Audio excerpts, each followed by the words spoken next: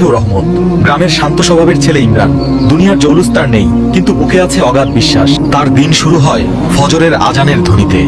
পৃথিবীর কোনো চিন্তাই তাকে এই ডাক থেকে দূরে রাখতে পারে না। প্রতিদিন মসজিদের পথে হাঁটতে হাঁটতে তার একটাই চাওয়া, হে গল্পের নাম না পাওয়ার মাঝেও রহমত। গ্রামের শান্ত স্বভাবের ছেলে ইমরান। দুনিয়ার জৌলুস তার নেই, কিন্তু বুকে আছে অগাধ বিশ্বাস। তার দিন শুরু হয় ফজরের আজানের ধ্বনিতে।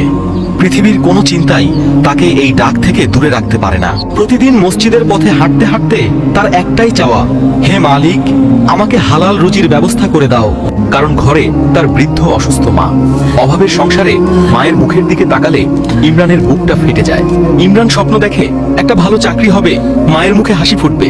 কিন্তু দিন যায়, মাস যায়, খবর আসে না। ওই গ্রামের আরো একটা ছেলে, তার নাম রফিক, যার জীবনটা ছিল একদম উল্টো।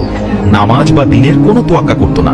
মসজিদের পাশ দিয়ে গেলেও সে মুখ ফিরিয়ে নিত, যেন তার কোনো কিছুর প্রয়োজন নেই। অথচ একদিন খবর এলো শহরের বড় কোম্পানিতে রফিকেরই চাকরি হয়ে গেছে। গ্রামের সবাই যখন রফিককে নিয়ে উৎসবে মেতেছে, ইমরানের বুকের ভেতরটা তখন দুমড়ে মুচড়ে যাচ্ছিল। পুকুর ঘাটে একা বসে ইমরান ভাবল, এত চাইলাম, এত চোখের পানি ফেললাম, তবুও আমি কেন পেলাম না। ইমরানের মনে হতাশা গ্রাস করলেও সে জায়নামাজ ছাড়েনি।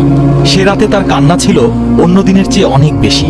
সেজদায় লুটিয়ে পড়ে সে শুধু বলল, আল্লাহ, আমি তোমার ফয়সালা মেনে নিতে চাই, কিন্তু মনকে বোঝাতে পারছি না। তার মনে হচ্ছিল আল্লাহ হয়তো তার উপর অসন্তুষ্ট, তাই তার দোয়া কবুল হচ্ছে না। হঠাৎ পাশের ঘর থেকে গোঙানির শব্দ। গিয়ে দেখল মা প্রচন্ড শ্বাসকষ্টে ছটফট করছেন। এক মুহূর্ত দেরি না করে ইমরান মাকে কাঁধে তুলে হাসপাতালের দিকে ছুটল।